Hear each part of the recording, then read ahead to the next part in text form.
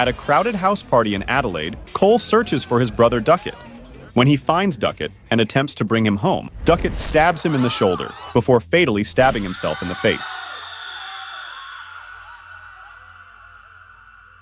Sometime later, 17-year-old Mia is struggling with the second anniversary of her mother Ria's suicide by overdose and her distant relationship with her father Max. Driving at night, Mia comes across a fatally injured kangaroo, but cannot bring herself to perform a mercy kill.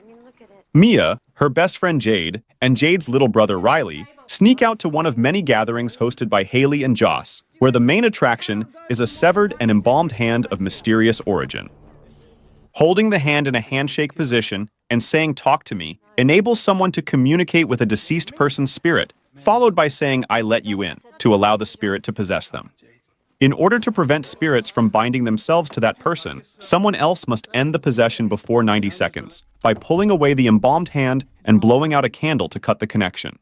Mia volunteers to go first and is possessed by a spirit that displays a menacing focus on Riley. Joss and Haley struggle to break the connection, only managing to do so after the time limit has been slightly exceeded. Ecstatic over the feeling the hand brought her, Mia regroups with them at Jade's house the next night. Jade refuses to let Riley participate, but all of the others indulge, enjoying the euphoria of possession.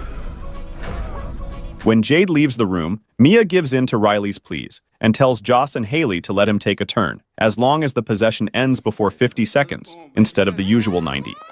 Riley appears to be possessed by the spirit of Ria, who attempts to reconcile with Mia. Stunned, Mia stops the group from ending the possession to keep talking to her mother, disregarding the time limit. Riley's body is overtaken by the spirits, and they make him attempt suicide and mutilate himself. He is hospitalized in critical condition. Mia, now haunted by visions of Ria, is blamed for Riley's injuries and shunned by Jade and her mother Sue. Having secretly taken the embalmed hand, Mia offers Daniel a place to stay for the night at her father's house. Whilst platonically sharing a bed with Daniel, she witnesses a spirit crawl from the corner of the room and suck on Daniel's feet. When he wakes up, he instead sees Mia sucking his feet in a trance and leaves. Mia repeatedly uses the hand to contact Ria, who insists that her death was accidental and that she needs to help Riley, who is still possessed, and attempts suicide every time he returns to consciousness.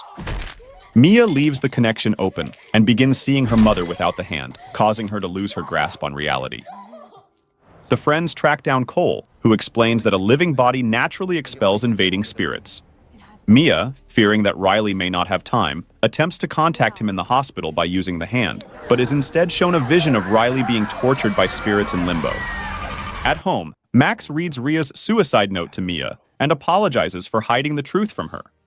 Ria's spirit tells Mia that Max is lying, and Mia hallucinates that she is being violently attacked by Max, causing her to inadvertently stab the real Max in the neck with a pair of scissors.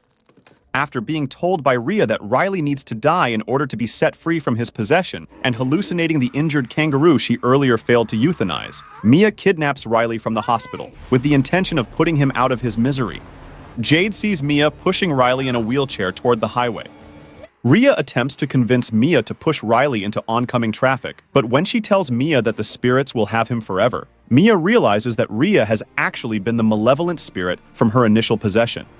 She steps away from the wheelchair as Jade rushes toward them to save her brother.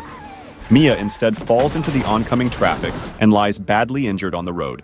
Mia finds herself in the hospital, where she sees a fully recovered Riley talking to Jade and Sue, while Max leaves in an elevator going up. Nobody responds to her, and she notices that she has no reflection in the mirror, and her hands are disfigured. After becoming engulfed in darkness, she sees a hand extended over a candle in the distance.